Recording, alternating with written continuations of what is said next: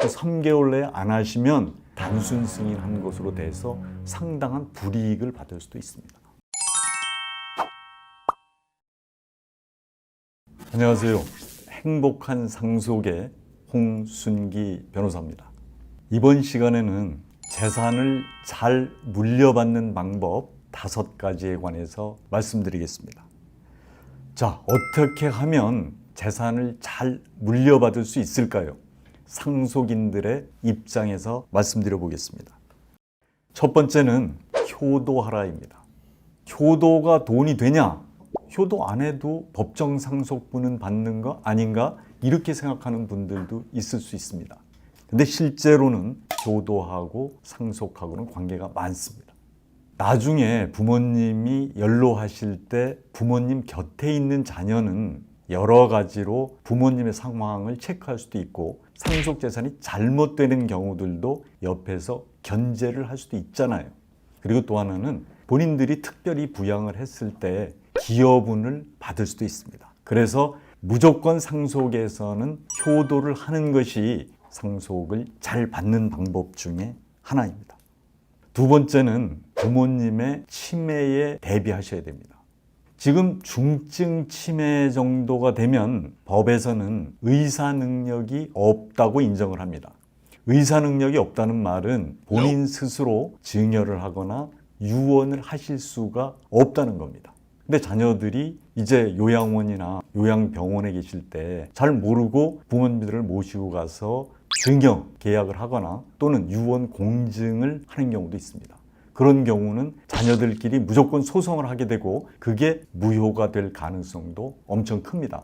그러면 어느 때가 중증이냐? 이거를 알기 쉽게 설명하면 부모님이 자녀들의 이름을 기억하지 못한다. 그 정도가 되면 중증입니다. 이제 부모님이 한 법률행위, 예를 들어서 증여나 유언이나 이거를 가지고 문제를 삼으려면 병원의 진료 기록이나 의사의 소견서도 필요합니다. 그래서 부모님이 중증이 되면 성년후견제도나 한정후견제도라는 게 있습니다.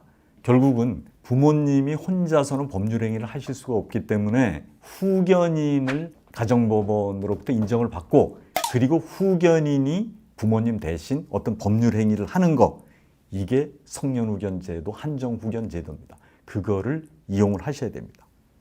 상속을 잘 받는 방법의 세 번째는 모든 것은 문서로 해야 됩니다. 우리가 가족 간의 일이기 때문에 문서를 사용하지 않는 경우가 많고 그렇게 하는 게 세금도 절약할 수 있다라고 잘못 생각하시는 경우가 많은데 문서로 해놓지 않은 경우에는 나중에 인정을 받을 수 없을 뿐더러 가산세나 추징금의 대상이 되기도 합니다.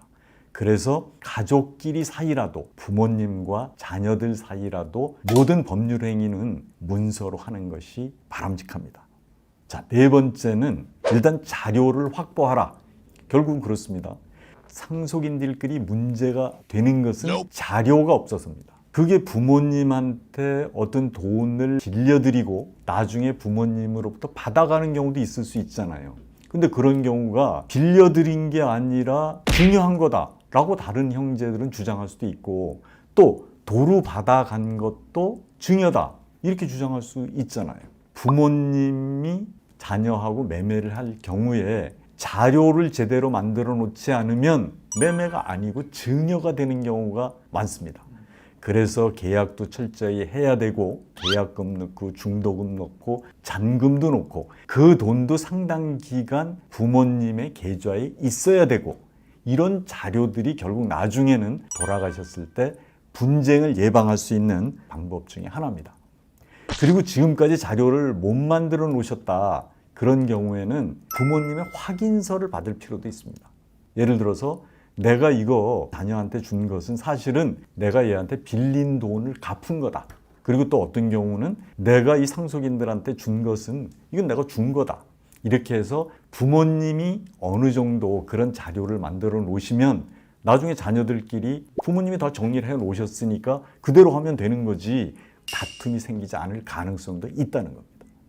그 다음에 마지막에 5번째는 이 상속에 관한 법에는 기간이라는 게 있습니다. 이 기간이라는 걸 잘 기억하셔야 되는데 여기에는 제척기간이라는 개념도 있고 소멸시효라는 개념도 있습니다. 예를 들어서 빚이 상속재산보다 많다거나 빚이 상속재산보다 많은지 어떤지를 모르겠다. 이런 경우에는 상속 포기나 한정 승인이나 둘 중에 하나를 선택하셔야 됩니다. 빚이 많으면 상속 포기, 빚이 많은지 아닌지 잘 모르겠다 하면 한정 승인, 또 3개월 내에 안 하시면 단순 승인하는 것으로 돼서 상당한 불이익을 받을 수도 있습니다. 그 다음에 또 하나는 상속세는 6개월 내에 신고 납부해야 됩니다. 신고하지 않으면 20% 가산세가 상속세는 붙는 겁니다. 또 하나는 지금 유류분이라는 것은 자기 법정 상속분의 일정한 비율도 받지 못한 상속인들의 경우에 유류분 청구를 할 수가 있는데 자기한테 유류분의 대상이 되는 증여나 유증이 있었다는 사실을 안 때로부터 1년, 부모님이 돌아가신 때로부터 10년 안에는 무조건 소송을 하시든가 의사표시를 해야 되는데 그 기간이 지나면은 권리는 소멸합니다. 결국은 다시는 회복하지 못하는 그런 경우가 생기는 거죠. 결국 재산을 잘 물려받기 위해서는 첫 번째는 효도해라. 다음에 두 번째는 부모님의 치매에 대비해라. 세 번째는 모든 것은 다 문서로 해라. 그다음에 네 번째는 자료를 확보해라. 다섯 번째는 상속에는 기간에 관해서는 확실히 알고 있어라. 이것이 재산을 잘 물려받는 방법 5가지였습니다. 잘 기억을 하시고요. 다음 시간에 또 뵙겠습니다. 감사합니다.